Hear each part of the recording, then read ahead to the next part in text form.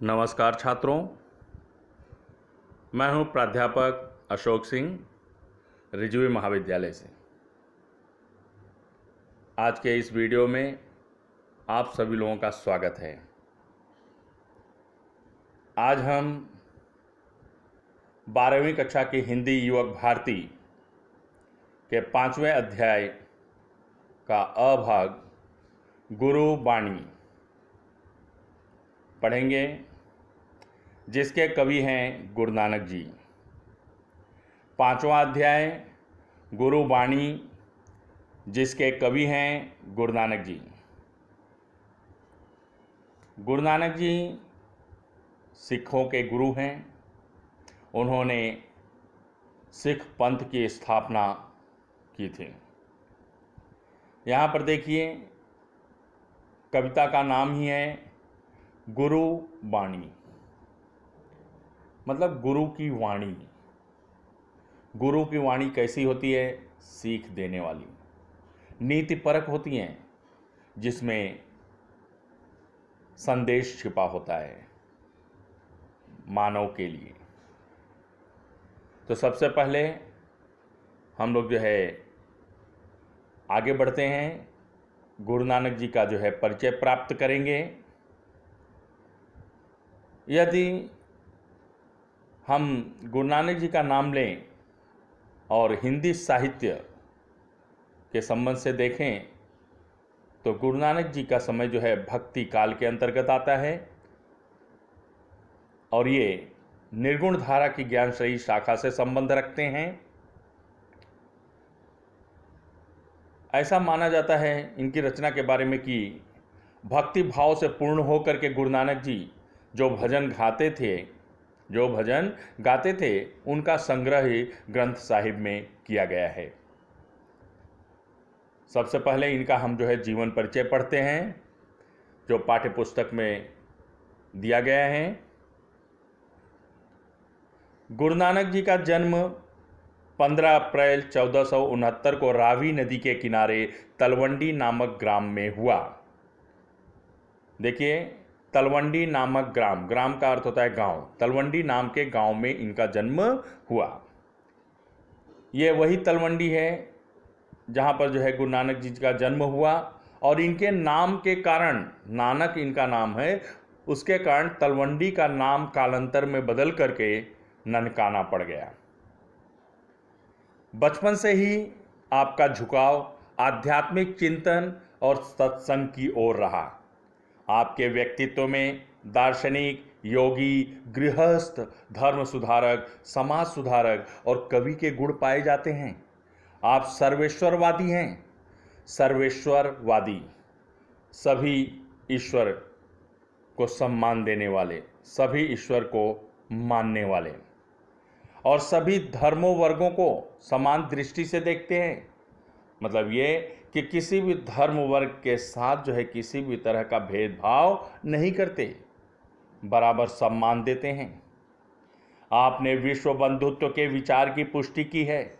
विश्व बंधुत्व, विश्व भर में भाईचारे की भावना को बढ़ावा दिया है। आपके भावुक और कोमल हृदय ने प्रकृति से एकात्म होकर जो अभिव्यक्ति की है वह अनूठी है। आपकी काव्य भाषा में फारसी, मुल्तानी, पंजाबी, सिंधी, खड़ी बोली और अरबी भाषा के शब्द समाये हुए हैं। सहज सरल भाषा द्वारा अपनी बात कहने में आप सिद्धहस्त हैं। आपका निधन 1539 में हुआ।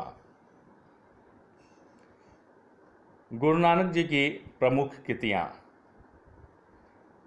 आदि गुरु ग्रंथ साहिब। यहाँ पर हमने गुरु नानक जी का परिचय प्राप्त किया। अब हम लोग आगे बढ़ेंगे विधा परिचय की तरफ। देखिए, आपके सामने विधा परिचय प्रस्तुत है। पद काव्य रचना की एक गेय शैली है।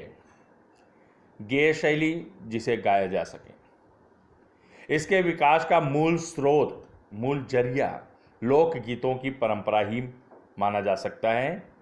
हिंदी पद शैली में विभिन्न छंदों का प्रयोग अनेक निश्चित रूपों में हुआ है। हिंदी साहित्य में पद शैली की दो निश्चित परंपराएं मिलती हैं, एक संतों की शबद और दूसरी कृष्ण भक्तों की परंपरा। यह विधा परिचय पूर्ण हुआ। अब हम लोग जो है पाठ परिचय की तरफ बढ़ेंगे। पाठ परिचय।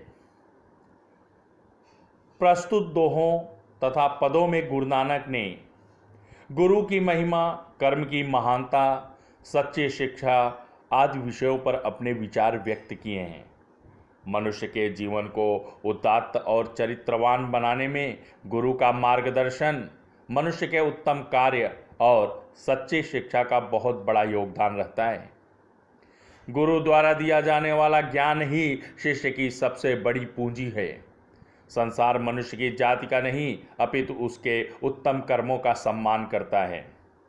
मनुष्य का श्रेष्ठत्व उसके अच्छे कर्मों से सिद्ध होता है, न कि उसकी जाति अथवा वर्ग से। गुरु नानक ने कर्मकांड और बायाडंबर का घोर विरोध किया, खास करके मूर्ति पूजा और जो दिखावे किए जा रहे हैं उसका विरोध किया। उन्होंने जम करके विरोध किया। अब हम लोग है आगे पद की तरफ बढ़ते हैं।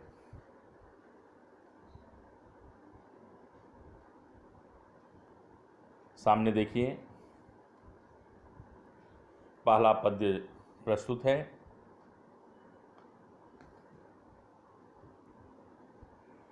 नानक गुरु न चेतनी, मणि आपणे सुचेत, छूते तिल बुआड़ ज्यों, सुए अंदर खेत। अखेते हैं अंदर छूटिया, कहु नानक सऊ ना, फली यही फूली यही, बपुड़े भी तन विच स्वाह। देखिए यहाँ पे बहुत अच्छी पंक्तियाँ हैं। यहाँ पर गुरु नानक जी ने गुरु की महिमा का वर्णन किया है। तो सबसे पहले मैं शब्दार्थ की तरफ आपका ध्यान आकर्षित करता हूँ। देख लीजिए शब्दार्थ। चेतनी मतलब चेतना, महसूस करना, चेतना या महसूस करना। मन, मन। आपने, अपने। सुचेत, चतुर या चालाक। बुआड़, बुआई करना। सुए, सोए हुए। जीव, जैसे छुट्या, छूटे पड़े हैं। सौ, सौ। नाह, नाथ।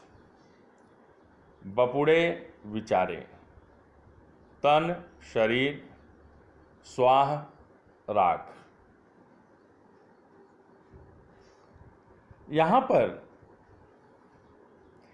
कभी गुरु नानक जी कहते हैं कि जो लोग गुरु को याद नहीं करते हैं, उनकी बातों को नहीं मानते हैं, अर्थात लापरवाही बरतते हैं और अपने आप को ही ज्ञानी समझते हैं। कहने का तात्पर्य यह है कि वे खुद चतुर बनते हैं।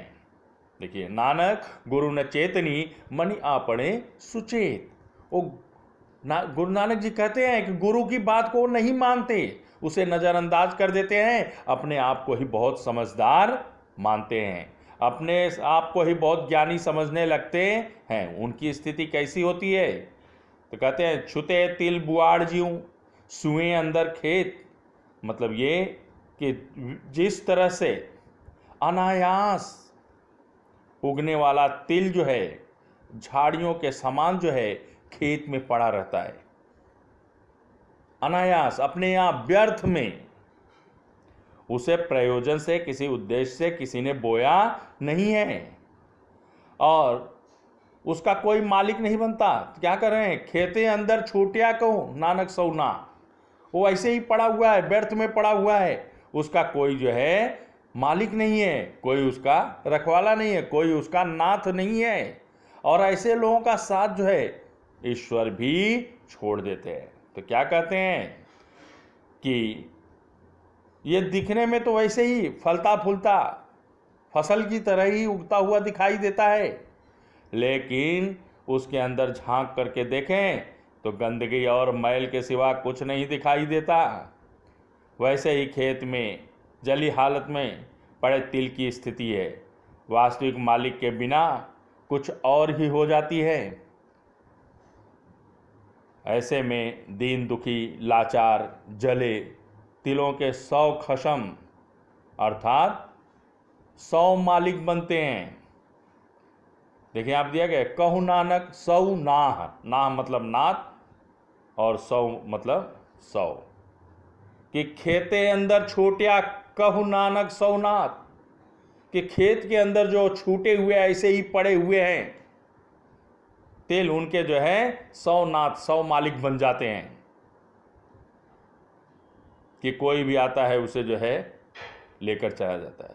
तो यहां पर कहने का तात्पर्य यह है कि उन बेकार पड़े हुए के जो है सैकड़ों मालिक बन जाते हैं, जबकि उन फलने फूलने वाले तिलों की फली में कुछ भी नहीं होता, राख ही राख होता है, राख ही राख होता है। मतलब ये खाली है, व्यर्थ है, किसी काम का नहीं है। कहने का तात्पर्य है कि गुरु के सानिध्य के बिना यह जीवन बेकार है, यह जीवन बेकार है। कि खेत में भी जब तक उसका मालिक जो है वहां पर फसल नहीं बोता है तब तक वहां पर जो है हरियाली तो दिख सकती है, तमाम जो है वहां पर घास फूस जो है उग सकते हैं, लेकिन वो घास फूस जो है किसी काम के नहीं होते हैं। यहां पर देखिए आपको भावार्थ जो है मिलेगा। कभी गुरु नानक जी कहते हैं कि जो लोग गुरु को याद नहीं करते हैं, उनकी बातों को नहीं मानते हैं, अर्थात लापरवाही बरतते हैं और अपने आप को ही ज्ञानी समझते हैं। कहने का तात्पर्य यह है कि वे खुद चतुर बनते हैं, वे व्यर्थ ही अनायास अपने आप उगने वाले तिल की उन झाड़ियों के समान होते हैं जो खेत में अंदर से जली हुई हालत में पड़े हुए होते हैं, जिसका कोई मालिक नहीं बनता है। दुनिया के लोग ऐसे लोगों से किनारा कर लेते हैं, उनका साथ छोड़ देते हैं, यहाँ तक कि ईश्वर भी साथ छोड़ देते हैं। नानक जी कहते हैं कि वैसे तो वे फलते फूलते दिखाई देते हैं, पर उनके भीतर झांक कर देखो तो गंदगी और मैल के सिवा कुछ और दिखाई नहीं देता है। वैसे ही खेत में जली हालत में पड़े तिल की स्थिति भी वास्तविक मालिक के बिना कुछ और ही हो जाती है। यहाँ पर किसके बारे में बात की जा रही है कि जो लोग जो है गुरु को सम्मान नहीं देते, गुरु की बातों को नहीं मानते। ऐसे में दीन दुखी लाचार जले तिलों के 100 खसम अर्थात मालिक बन जाते हैं, जबकि उन फलने फूलने वाले तिलों की फली में राख ही होती है। मतलब ये खाली ही खाली। कहने का तात्पर्य है कि गुरु के सानिध्य के बिना यह जीवन बेकार है। अगर जीवन को सार्थक बनाना है तो हमें गुरु के द्वारा जो है बताए गए मार्ग पर ही चलना है, उसके जो है ज्ञान को, उसके सुझाव को, उसके सलाह को महत्व देना है, उसे सिर आंखों पर रख करके उसका पालन करना है, सिरोधार करना है। आप सभी लोगों को पहला पद जो है समझ में आ गया होगा। अब हम लोग जो है दूसरे पद की तरफ बढ़ते हैं।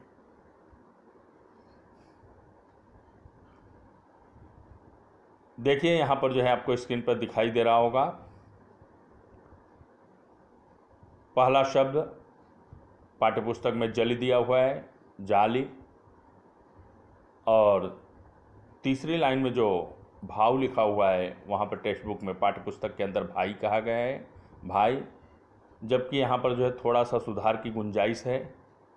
जाल का अर्थ जो है जल भी ले सकते हैं, ऐसा कुछ नहीं, जलाकर, और भाव का अर्थ है प्रेम। जाली मोह घस मसी करे मति कागद कर सारू, भाव कलम कर चितुल खारी, और गुरु पूछ लिखो विचार, लिखूं नाम सालाह लिखूं, लिखूं अंत न पारहवार।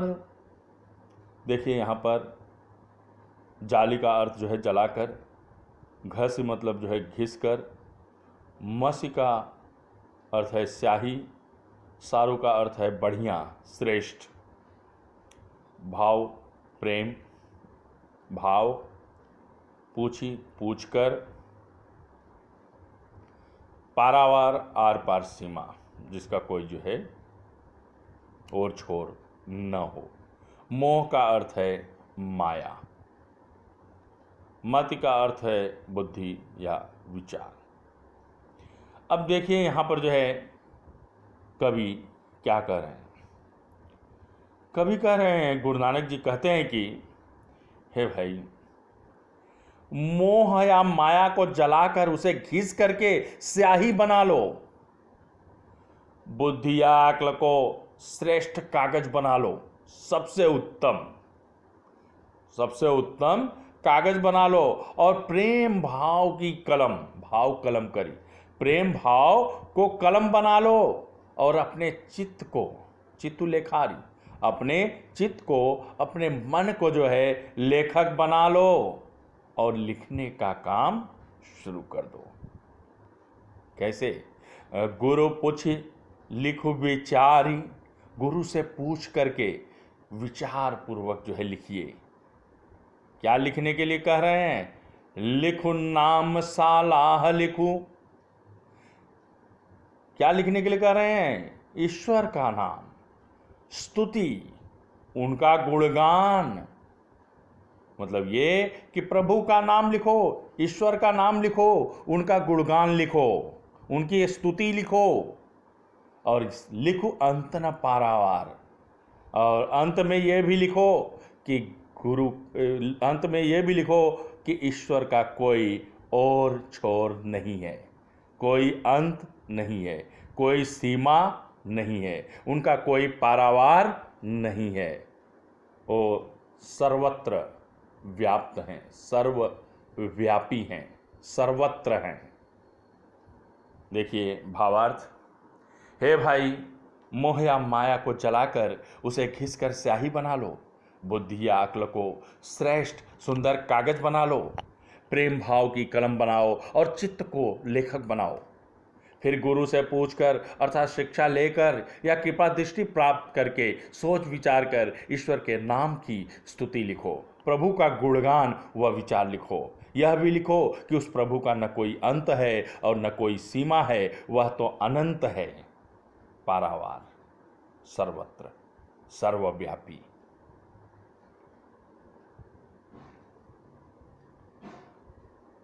अब हम लोग जो है तीसरे पद की तरफ चलते हैं।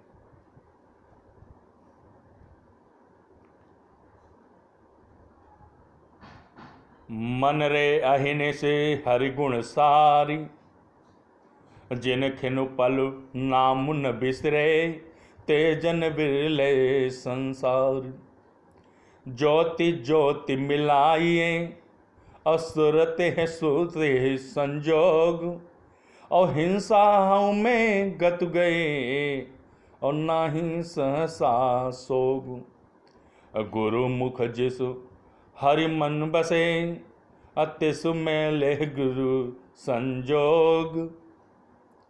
देखिए यहाँ पर आपको स्क्रीन पर दिखाई दे रहा होगा कि अंतिम पंक्ति में हरि मन, हरि मतलब ईश्वर, थोड़ा सा सुधार की गुंजाइश लगता है। तो देखते हैं पहले शब्दार्थ। अहिने से दिन रात, दिन रात, हरि ईश्वर,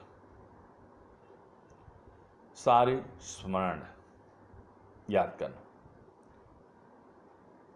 पल पल, बिसरे भूले भूलना, बिरले कुछ विशिष्ट लोग, हव में हृदय में,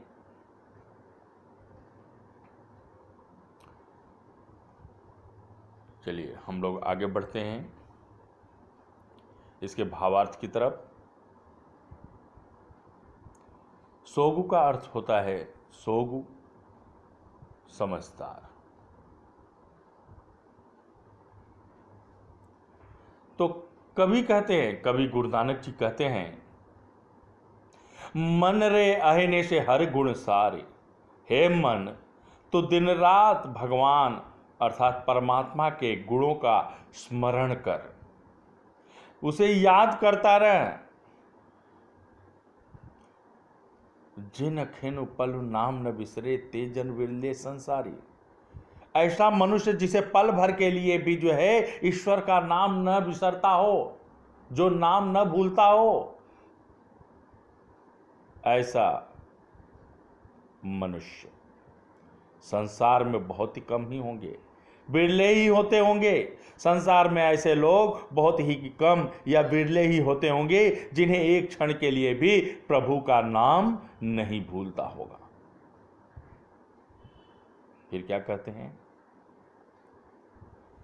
कि ज्योति ज्योति मिलाइए और सुरते संजोग, कि अपना ध्यान उसी में लगाओ, ईश्वर में लगाओ। उसकी ज्योति से अपनी ज्योति अर्थात परमात्मा में जीवात्मा को लगा दो, उससे मेल करो, उसके ज्योति से अपने आप को प्रकाशित करो, अपने अंतः मन को प्रकाशित करो। खुद जो है प्रकाशित हो जाओ, एकाकार हो जाओ।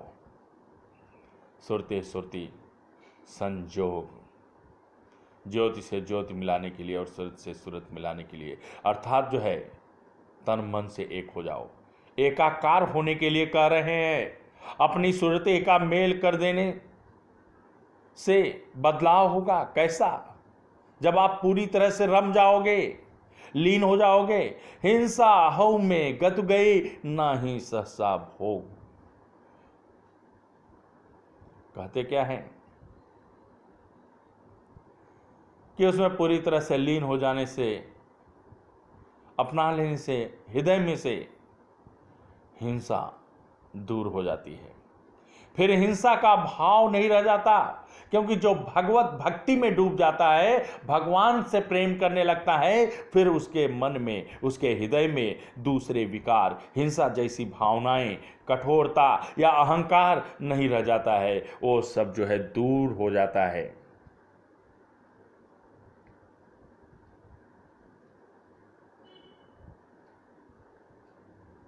और इसे जो है, जो समझदार हैं वो इस चीज को भली भांति जानते हैं। गुरुमुख जिसु हरि मन बसे, तिसु में ले गुरु संजोग। और क्या कह रहे हैं कि जिसके गुरुमुख जो भक्त होता है, जिसके मन में ईश्वर बसता है, जिसके मन में ईश्वर के प्रति श्रद्धा है, जिसको ईश्वर में निष्ठा है, उसे संजोग से ईश्वर तक पहुंचाने वाले, ईश्वर का साक्षात्कार करने वाले, कराने वाले गुरु भी प्राप्त हो जाते हैं। और वे गुरु ईश्वर का साक्षात्कार कराने का पूरा अवसर भी प्रदान करते हैं। देख लेते हैं भावार्थ। हे मन, तो दिन रात भगवान अर्थात परमात्मा के गुणों का स्मरण कर, याद करता रह। संसार में ऐसे लोग बिरले ही होते हैं जिन्हें एक क्षण के लिए भी प्रभु का नाम नहीं भूलता। अपना ध्यान उसी में लगाओ और उसकी ज्योति से अपनी जीवात्मा मिलाकर स्वयं प्रकाशित हो जाओ, अर्थात एकाकार हो जाओ। उसमें अपनी सूरत का मेल कर देने से ही हिंसा, कठोरता व अहंकार दूर हो जाता है। जो मनुष्य हृदय में भगवान के नाम की माला पहन लेता है, वह सच्चे मन से प्रभु का स्मरण करता है। यहाँ पर देखिए, भगवान के नाम की माला पहन लेना मतलब ये कि मन में भगवान का नाम स्मरण करना। जो हमेशा जो है मन में भगवान का नाम लेते रहता है, सुमिरन करते रहता है, जो ईश्वर के प्रति सच्ची निष्ठा रखता है, गुरु की शरण में रहकर साधना करता है तो गुरु उसे प्रभु के दर्शन व साक्षात्कार का पूरा अवसर प्रदान करता है। कहने का तात्पर्य ये कि जो ईश्वर के प्रति निष्ठा रखता है, ईश्वर से प्रेम करता है, भक्ति भावना रखता है, उसे संजोग से जो है अच्छे और सच्चे गुरु भी मिल जाते हैं और वे उन्हें जो है ईश्वर के साक्षात्कार कराते हैं।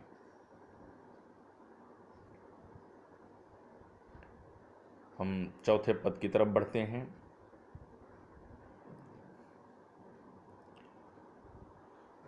तेरी गतिमिति तू ही जाने, क्या को आंख बखाने। तू आप है गुप्ता है, आप है प्रगटू, और आप है सब रंग माणे। साधक सिद्ध गुरु वह चेले, और खोजत फिर फरमाणे। और मांगहि नाम पाई है वीक्षा, और तेरे दर्शन कौ कुरवाणी। उसे की प्रभु खेल रचाया, और गुरुमुख सोझी होय। और नानक सब जुग आपहि वर्ते, दूजा और न कोई।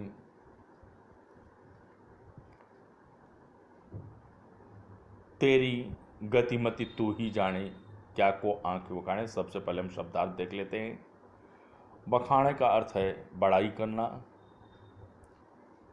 गुप्ता गुप्त, प्रगट प्रकट, साधक भक्त, कुर्बाने कुर्बानी, सोझी समझदार, जुग युग, दूजा दूसरा। अब हम अर्थ की तरफ बढ़ते हैं, अर्थात भावार्थ की तरफ, व्याख्या की तरफ। तेरी गतिमति तू ही जाने, क्या को आँखि बखाने। गुरु नानक जी कहते हैं, हे प्रभु तेरी गति और मिति, अर्थात तेरी जो अवस्था है, तेरी जो स्थिति है, उसे तू ही जानता है, दूसरा कोई नहीं। कि अपनी शक्ति के सब रहस्यों को तुम स्वयं जानते हो, दूसरा कोई नहीं जानता है। क्या को आंख बखाने, दूसरा कोई उसका वर्णन, उसकी व्याख्या कैसे कर सकता है, संभव नहीं है। मतलब ये कि ईश्वर की गुणों का वर्णन करना दूसरों के वश की बात नहीं है। ईश्वर स्वयं अंतर्यामी है। क्यों ऐसा कहा जा रहा है? कहते क्या है? तू आप है गुप्ता, आप है प्रगटू, आप है सब रंग माणे। कि आप तो जो है गुप्त भी हो, आप जो है प्रकट भी हो, प्रकट रूप भी हो और अप्रकट रूप भी हो। मतलब सामने प्रत्यक्ष रूप से दिखाई भी देते हो और अप्रत्यक्ष रूप भी आप ही हो। आप है सब रंग माणे, कि सब रंग रूप आप ही धरते हो, सब भरते हो। आपके अनेक रूप हैं, आपके अनेक रंग हैं। एक साधारण मनुष्य जो है आपके इन रूपों को, आपके इन रंगों को नहीं पहचान सकता। अनगिनत आगे कहते क्या हैं कि साधक सिद्ध गुरु बहु चेले, खोजत फिर ही फरमाणी। कि जैसा बताते हैं तो बहुत से ऐसे साधक है, साधना करने वाले बहुत से ऐसे भक्त हैं, सिद्ध गुरु और शिष्य जो ढूंढते रहते हैं। जैसा जो बताया जाता है उस तरह से जो है वो खोजते रहते हैं, भटकते रहते हैं।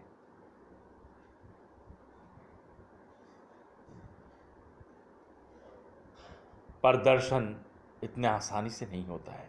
कहते क्या है कि मांगहि नाम पाई भिक्षा, और तेरे दर्शन कऊ कुरवाणे।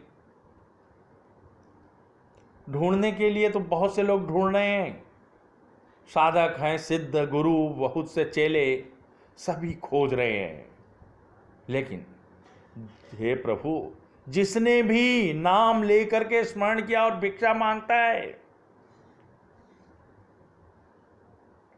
जो नाम स्मरण मांगा इन नाम उपाई भिक्षा तेरे दर्शन को कुर्बानी, कि जो आपका नाम स्मरण करता है, नाम स्मरण करते हुए मांगता है, दर्शन का अभिलाषी होता है, भिक्षा मांगता है, मतलब जो है दर्शन की इच्छा रखता है, वही जो है सही अर्थों में दर्शन प्राप्त कर पाता है। उसी की प्रभु खेल रचाया और गुरुमुख सोझी होई, कि ये संसार में जो कुछ भी हो रहा है वो सब ईश्वर की ही लीला है, आपके ही द्वारा रचाया हुआ खेल है। इसे तो वही समझ पाता है जो गुरुमुख हो और सोझी हो, जो भक्त हो, सच्चा भक्त, ईश्वर के प्रति निष्ठा की भावना रखने वाला, या जो सच्चे गुरु की शरण में रहता है उसको मालूम पड़ता है, उसको गुरु बताता है, या तो जो समझदार हो, सोझी हो, उन्हीं को पता चलता है कि ये जो कुछ भी हो रहा है वो सब जो है ईश्वर का रचाया हुआ खेल है।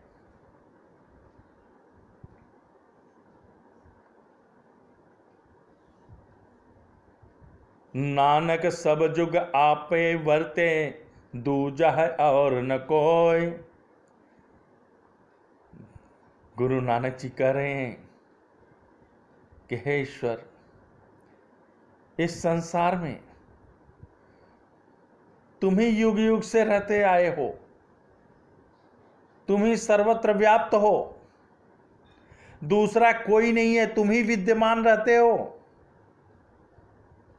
दूसरा कोई नहीं, चारों तरफ जो फैले हुए है वो तुम ही हो, तुम ही सर्वकालिक हो, तुम ही सर्वव्यापी हो और तुम ही सर्वशक्तिमान हो। देखिए भावार्थ जो लिखित है आपके सामने प्रस्तुत है कि गुरु नानक जी कहते हैं, हे प्रभु, अपनी शक्ति के सब रहस्य को केवल तुम ही जानते हो, उनकी व्याख्या कोई दूसरा कैसे कर सकता है। मतलब ये कि उनकी व्याख्या करना दूसरे के बस की बात नहीं है। तुम प्रकट रूप भी हो, अप्रकट रूप भी हो, मतलब प्रत्यक्ष रूप से दिखाई भी दे रहे हो, अप्रत्यक्ष रूप भी हो। तुम्हारे अनेक रंग हैं, अनगिनत भक्त, सिद्ध पुरुष, गुरु और शिष्य तुम्हें ढूंढते फिरते हैं। हे प्रभु, जिन्होंने नाम स्मरण किया उनको प्रसाद में, भिक्षा में तुम्हारे दर्शन की प्राप्ति हुई है। तुम्हारे इस संसार के खेल को केवल कोई गुरुमुख ही समझ सकता है, अर्थात सच्चा भक्त ही समझ सकता है, गुरु की शरण में रहने वाला भक्त ही समझ सकता है। तुम्हारे इस संसार में तुम ही युग युग में विद्यमान रहते हो, मतलब युगों से विद्यमान रहे हो और दूसरा कोई नहीं, अतः तुम ही सर्वकालिक, सर्वव्यापी व सर्वशक्तिमान हो।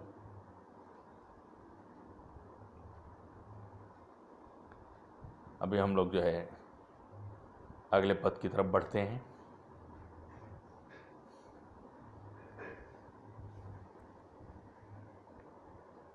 देखिए, ये आपके पाठ्यपुस्तक का 5वां पद है कि गगन में थाल रविचंद दीपक बने, तारका मंडल जनक मोती, धूप मलया नील पवन चावरो करे, सकल वन राय फुलंत ज्योति। कैसे आरती होय भवखंडना, तोरिह आरती अनाहत शब्द बाजत भेरी। देखिए, यहाँ पर सबसे पहले हम शब्दार्थ देख लेते हैं। गगन आकाश, रवि सूर्य, मलया नील मलय पर्वत की ओर से बहने वाली हवा, वनराई जंगल या वनस्पतियाँ, अनाहत शाश्वत बिना बजाए या अनहद भेरी ढोल।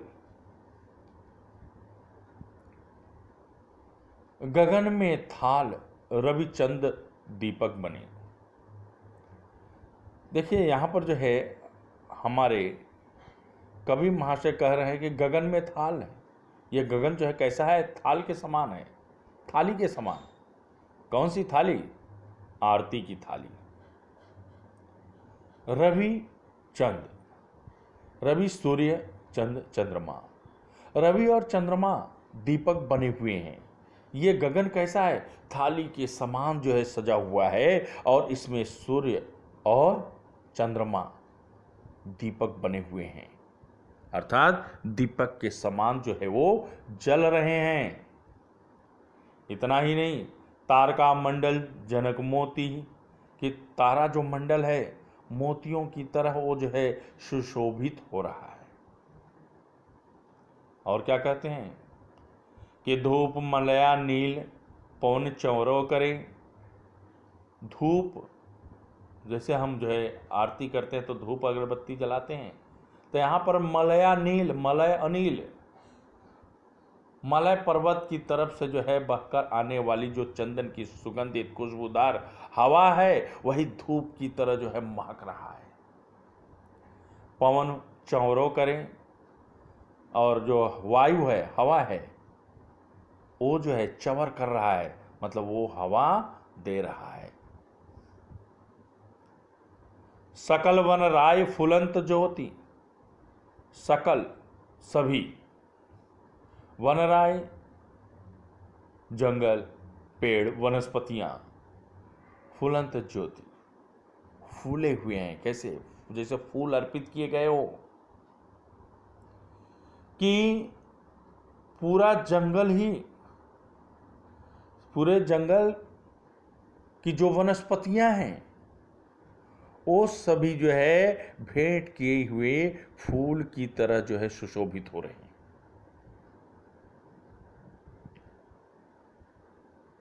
इस तरह से देखा जाए तो प्रकृति स्वयं जो है ईश्वर की अनोखी आरती कर रही है।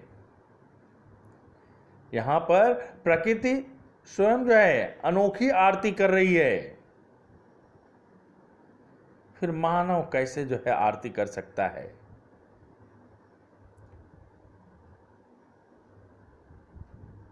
हे मनुष्य, जहां पर जो है स्वयं प्रकृति जो है ईश्वर का आरती इस तरह से उतार रहा हो, वहां मनुष्य जो है क्या कर सकता है? मनुष्य तुच्छ है। उस प्रकृति की आरती के सामने मनुष्य की आरती कुछ नहीं है। तो क्या कहते हैं कि हे मनुष्य, इस महान आरती के होते हुए तेरी आरती की जरूरत क्या है? क्योंकि जंगल के सभी वृक्ष फल फूल चढ़ा रहे हैं, हृदय में अनहद नाद का ढोल बज रहा है, अनाहत शब्द बाजत भेरी, बिना आवाज का ढोल बज रहा है, मस्त कर देने वाला, झुमा देने वाला। कहते क्या है कि बाह्य आडंबर की जरूरत नहीं है, भगवान की भक्ति तो मन से होती है, भगवान की असली आरती मन से उतारी जाती है, और श्रद्धा ही भक्त की सबसे बड़ी भेंट होती है। फिर लोग थालियों में जो है थोड़ा फूल लेकर के मूर्ति पर क्यों चढ़ाते हैं? क्या ईश्वर के पास थालियों की कमी है? अरे ईश्वर के पास तो आकाश ही उसका थाल है, और सूर्य और चंद्रमा ही दिए हैं, दीपक हैं। वे भगवान की आरती में रखे हुए दीपक हैं, और तारे उसके मोती हैं। हवा जो है दिन रात जो है चंवर झुला रही है। इसका लिखित भावार्थ देख लीजिए। हे पंडित, संसार में दिन रात महान आरती हो रही है। आकाश रूपी आरती के थाली में सूर्य और चंद्र दीपक के समान जल रहे हैं। तारा मंडल मोतियों की तरह सुशोभित हैं। मलय पर्वत से आती चंदन की खुशबूदार हवा का धूप महक रहा है, चारों तरफ खुशबू फैला रहा है। वायु चंवर से हवा कर रही है। जंगल के सभी वृक्ष फूल चढ़ा रहे हैं। हृदय में अनहद नाद का ढोल बज रहा है। हे मनुष्य, इस महान आरती के होते हुए तेरी आरती की क्या आवश्यकता है? क्या महत्व है? क्या मायने हैं? अर्थात भगवान की असली आरती तो मन से उतारी जाती है और श्रद्धा ही भक्त की सबसे बड़ी भेंट होती है। फिर आप लोग थालियों में ये थोड़े थोड़े फल फूल लेकर मूर्ति पर क्यों चढ़ाते हो? क्या उसके पास थालियों की कमी है? अरे आकाश ही उसका नीलम थाल है। सूर्य और चंद्रमा की ओर देखो, वे भगवान की आरती में रखे हुए दीपक हैं। ये तारे ही उसके मोती हैं और हवा उसे दिन रात चंवर झुला रही है। इस तरह से जो है हमारे कवि गुरु नानक जी ने बतलाया कि प्रकृति किस तरह से जो है स्वयं ईश्वर की आराधना कर रही है। मनुष्य को जो है दिखावे करने की जरूरत नहीं है, उसे मन के साथ जो है ईश्वर भक्ति करने की आवश्यकता है। यहाँ पर पांचों पद के भावार्थ पूरे हुए। मुझे विश्वास है कि आप सभी लोगों को पांचों पद अच्छी तरह से समझ में आ गए होंगे। यदि नहीं समझ में आया है तो अपने संदेह से, अपनी शंकाओं से, कठिनाइयों से अवगत कराएं, उसका समाधान करने का प्रयास किया जाएगा। आगे हम जो है स्वाध्याय से जुड़े हुए जो अभ्यास कार्य है उसको देख लेते हैं। स्वाध्याय संजाल पूर्ण कीजिए। नाम स्तुति के लिए ये आवश्यक है। ईश्वर का नाम सदा स्मरण करना, जीवात्मा को परमात्मा में लीन करना, हृदय से हिंसा भाव का त्याग करना, ईश्वर की मणि रूपी माला गले में धारण करना, अर्थात हमेशा जो है ईश्वर के प्रति निष्ठा रखना, गुरु की शरण लेना, मतलब ये कि गुरु की बातों को मानना। आगे किते पूर्ण कीजिए। आकाश के दीप, आकाश के दो दीप हैं, सूर्य और चंद्रमा। शब्द संपदा के अंतर्गत लिखने के लिए दिया गया है। प्रत्यय युक्त शब्द दान, दानशील, दानवीर। दया, दयावान, दयालु। गुण, गुणवान, गुणशाली। अंतर, आंतरिक।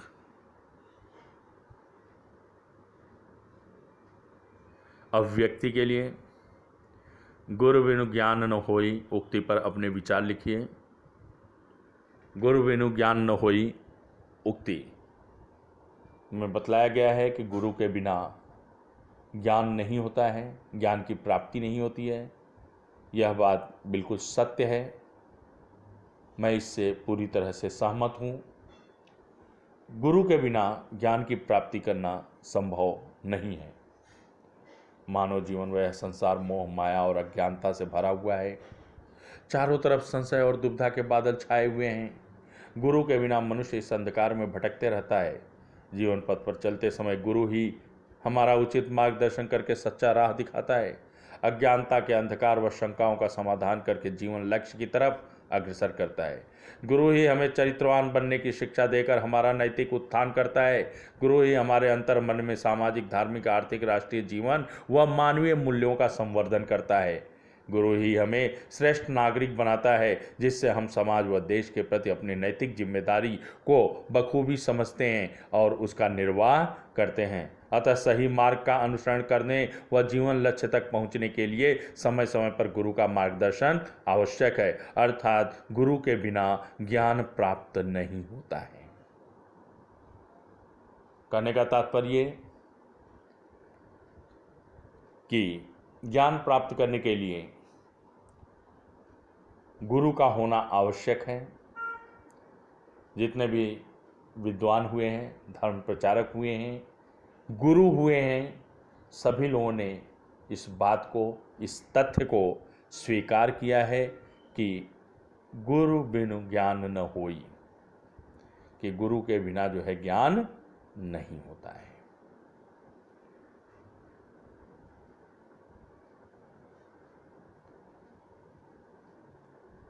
अगला अभिव्यक्ति का मुद्दा आ है। ईश्वर भक्ति में नाम स्मरण का महत्व होता है। इस विषय पर अपना मंतव्य लिखिए, अपना विचार लिखिए। ईश्वर भक्ति में नाम स्मरण का महत्व होता है। इस विषय या कथन या उक्ति से पूरी तरह सहमत हूँ। अभी जो पद हमने पढ़ा उसमें भी दिया गया है कि जो लोग नाम स्मरण करते हैं उन्हें ही प्रसाद के रूप में ईश्वर के दर्शन होते हैं, ईश्वर की प्राप्ति होती है।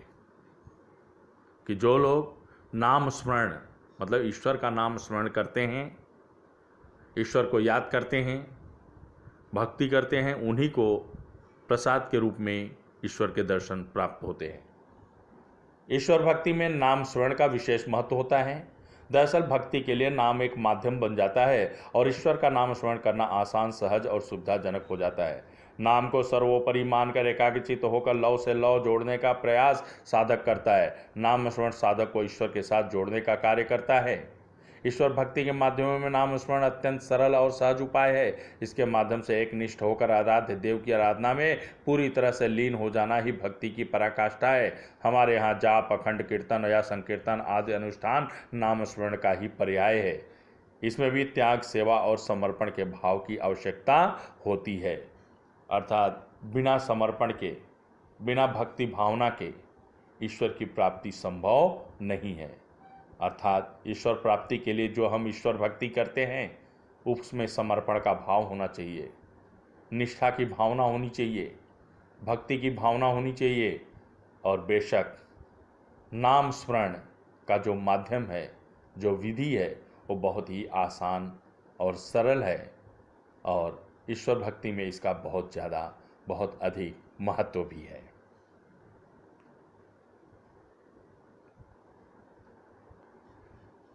गुरु निष्ठा और भक्ति भाव से ही मानव श्रेष्ठ बनता है। इस कथन के आधार पर कविता का रसास्वादन कीजिए। गुरु निष्ठा और भक्ति भाव से ही मानव श्रेष्ठ बनता है। यह कथन बिल्कुल सत्य है और मैं इससे पूरी तरह सहमत हूँ। गुरु के प्रति जब तक निष्ठा अर्थात अटूट विश्वास नहीं होता है तब तक हम उनकी बातों में भी विश्वास नहीं करते हैं। संशय की स्थिति बनी रहती है। कहने का तात्पर्य है कि निष्ठा के बिना उचित मार्गदर्शन संभव नहीं है। अर्थात मार्गदर्शन के लिए गुरु कृपा आवश्यक है और उसके लिए गुरु के प्रति निष्ठावान होना जरूरी है। भक्ति भाव से मन शुद्ध और पवित्र होता है। मन के सारे विकार दूर हो जाते हैं, जिसके फलस्वरूप मन साफ रहता है और किसी भी कार्य में मन को एकाग्रता के साथ लगाया जा सकता है। यहाँ तक कि ईश्वर भक्ति या ईश्वर प्राप्ति के लिए दोनों आवश्यक हैं, अर्थात गुरु निष्ठा और भक्ति भाव। इसी से मानव की आत्मोन्नति होती है, जिससे वह श्रेष्ठ बनता है। अतः इस तरह सिद्ध होता है कि गुरु निष्ठा और भक्ति भाव से ही मानव श्रेष्ठ बनता है, उसकी आत्मोन्नति होती है, उसके अंदर मानवता का विकास होता है। साहित्य संबंधी सामान्य ज्ञान, गुरु नानक जी की रचनाओं के नाम, गुरु ग्रंथ साहिब आदि। गुरु नानक जी की भाषा शैली की विशेषता। गुरु नानक जी की काव्य भाषा में फारसी, मुल्तानी, पंजाबी, सिंधी, खड़ी बोली और अरबी भाषा के शब्दों का समावेश हुआ है। प्रस्तुत पद्य गुरबानी काव्य रचना की गेय शैली है। गुरु नानक जी ने पद्य शैली को अपनाया है और गुरु नानक जी सरल व सहज तरीके से अपनी बात को कहने में सिद्धहस्त हैं।